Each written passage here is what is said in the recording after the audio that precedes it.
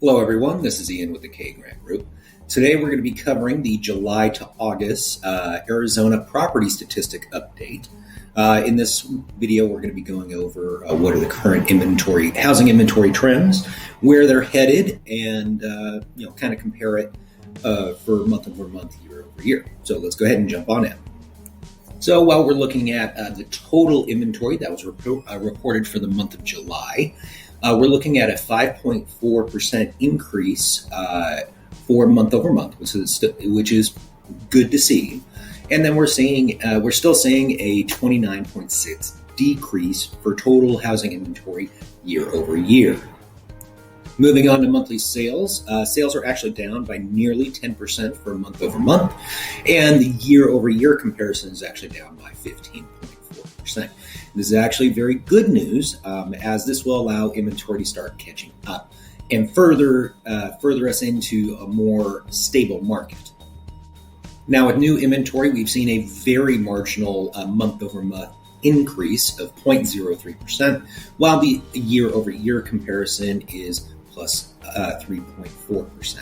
However, this can be a little misleading as we're going to be moving into a little bit more overall comparisons. In taking a look at average days on market, we're looking at it's down by 27 days for year over year. This is actually a typo, even though it says that the month over month went down by 1 day. This is actually incorrect. The prior month was actually 27 days on market, and this month is 28. So it's actually showing an increase in 1 day. There, fixed it. Now, when we look at sales prices, the average sales price is up by 27.3% year over year, while the median sales price is also up by 28.6%, unfortunately. However, it does show a decrease when we're actually looking at it month over month, whereas the prior month, the average sales price was about $505, whereas the year over year median actually has increased prior to what it was before. And when we look at current active inventory as of August 26, 2021, we're looking at 6,952. This includes pretty much all of the valley, and this also includes single-family households and condos as well, and townhomes, to a lesser degree. So this actually is showing, as we've been doing this reporting, we're actually averaging out anywhere between 6 and 8% inventory increase month over month.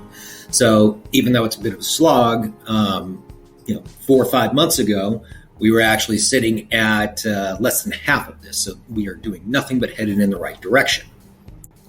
All in all, even though it is scathingly slow, we are seeing inventory come back on the market. We're not seeing absolute ridiculous sales prices anymore, so we're starting to slightly trend down there.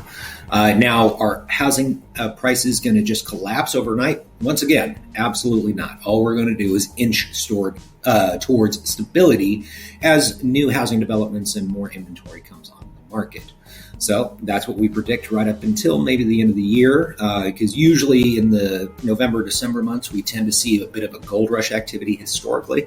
But once again, we've been bucking those trends for the last couple of years for obvious reasons. So anyways, that's it, and we will catch you guys same time next month.